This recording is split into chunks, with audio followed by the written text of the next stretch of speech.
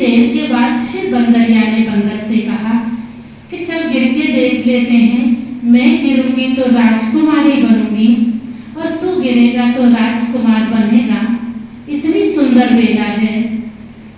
तो फिर बंदर बोला कि चल पगली, तू तो पागल जैसी बात करती है, कोई गिरने से कोई राजकुमार राजकुमारी नहीं बनते।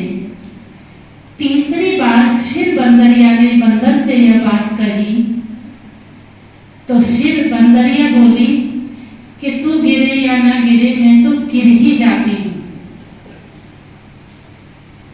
तू गिरे या ना गिरे। और जैसे ही वो बंदरिया उस पेड़ से गिरी तो एक सुंदर सी राजकुमारी बन गई।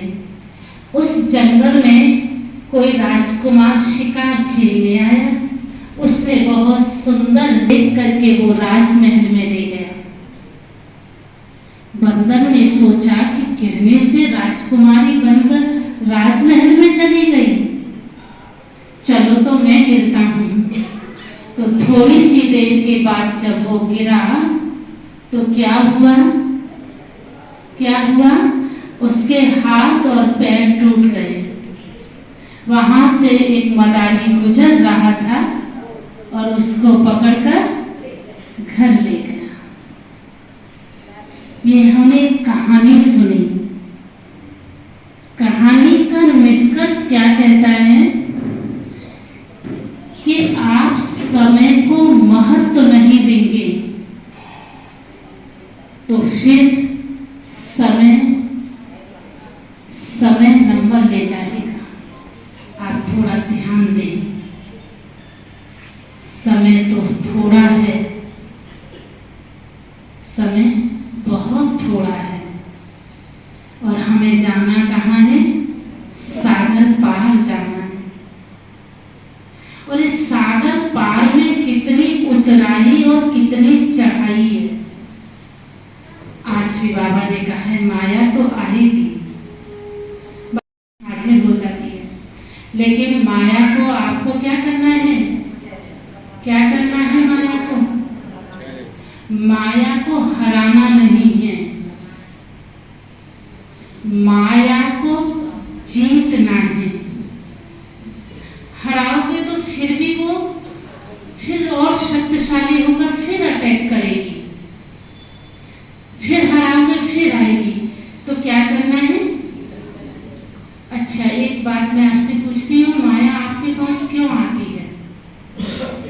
एक दिन का स्टूडेंट आने वाला भी वो माया से परिचित होता है। हम पूछे भाई साहब आप क्यों नहीं आए? अरे बहन जी माया आ गई। अरे बहन जी माया आ गई। तो माया क्यों आई, क्यों आती है माया? क्योंकि आपने माया का सामान अपने पास रख लिया है। अब उसका सामान जब आपके पास है तो वो तो लेने आएगी ही। और माया का सामान क्या है? ये 5 विकार माया का सामान है। और कोई भी इनसे अछूता नहीं। कोई कहे कि बहन जी मेरे में नहीं है, संपूर्ण नहीं है, ऐसा नहीं है। तो वो घड़ी घड़ी अपना सामान लेने आते हैं, उसका सामान उसे दे दो ना, उसे उसका सामान दे दो। कोई अच्छी चीज नहीं है जो आप उसे बसा करके अपने पास रख कर बैठे। जिसकी चीज है उसको दे दो तो वो आपके पास क्यों आएगी? हम लोग बहुत पहले से जुड़े हुए हैं, लेकिन जैसे दीदी ने बताई कि सबको एक समय का अभाव रहता है, तो हम लोग बढ़िया से जुड़ नहीं पाते हैं।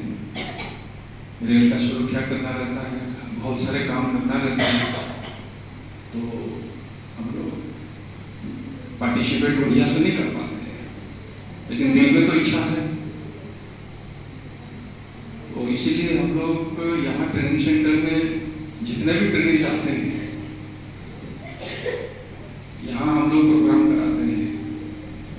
इसमें मैडम का, राधा मैडम का, ममता मैडम का बहुत सहयोग रहता है।